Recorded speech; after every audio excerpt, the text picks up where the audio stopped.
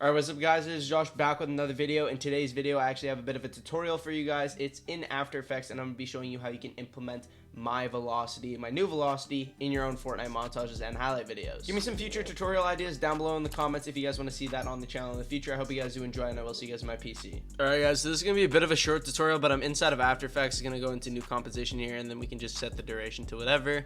And then what you're obviously going to do is you're just going to get any song that you'd like to use. So for me, I'm just going to drag in She Wants It by 637 Godwin. I already got a marker on the opening beat, so I'm just going to trim it down to this little mini portion right here. That way we only need like a one clip portion right here. Didn't mean to open Google, but then we're just going to find anywhere that we have clips. So for me, I'm literally going to do something like this. Get any clip.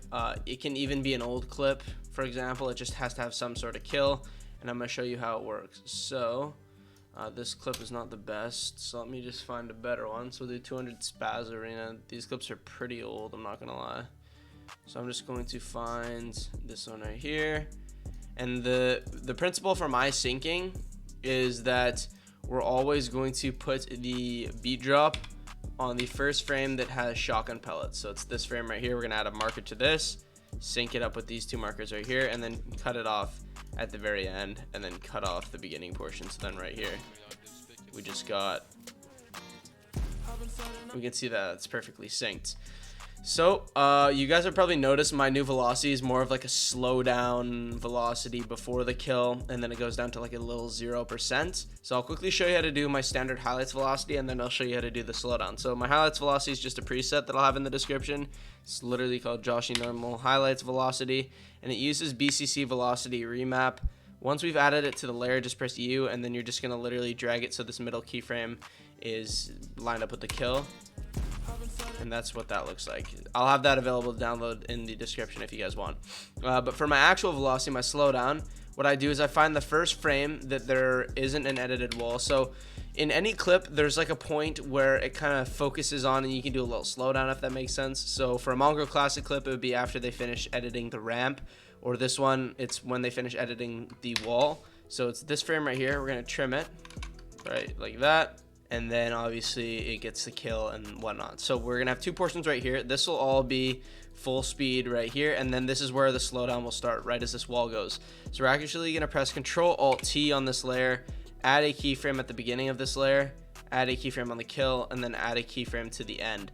So then highlight all these, press F9 on our keyboard, and then we're gonna go into the graph editor, and this is where all the magic happens. So for these first two right here, I normally bring this one up a tiny bit and this one down a tiny bit. That way we can go like a little speed up into a slowdown.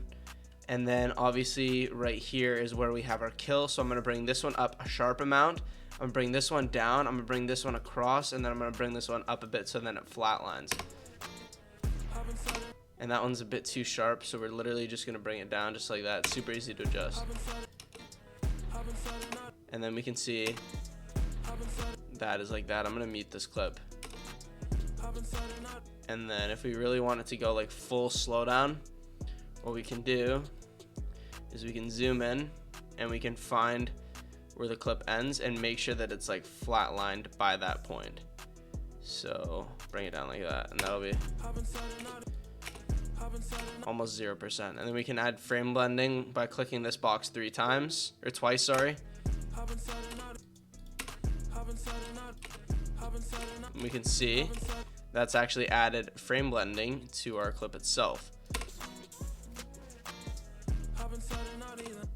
I think this clip is 30 FPS, that's why it looks strange, but I'll always add like a random impact type thing, and then when I render out, I always render at 30 FPS with not frame blending, sorry, RSMB, and it's super clean looking. I definitely recommend 30 FPS if you are going to use this velocity, because we can see the Twixtor warping on this frame. It just isn't as bad as it could be when we end up doing the rendered out version at 30 FPS, if that makes sense.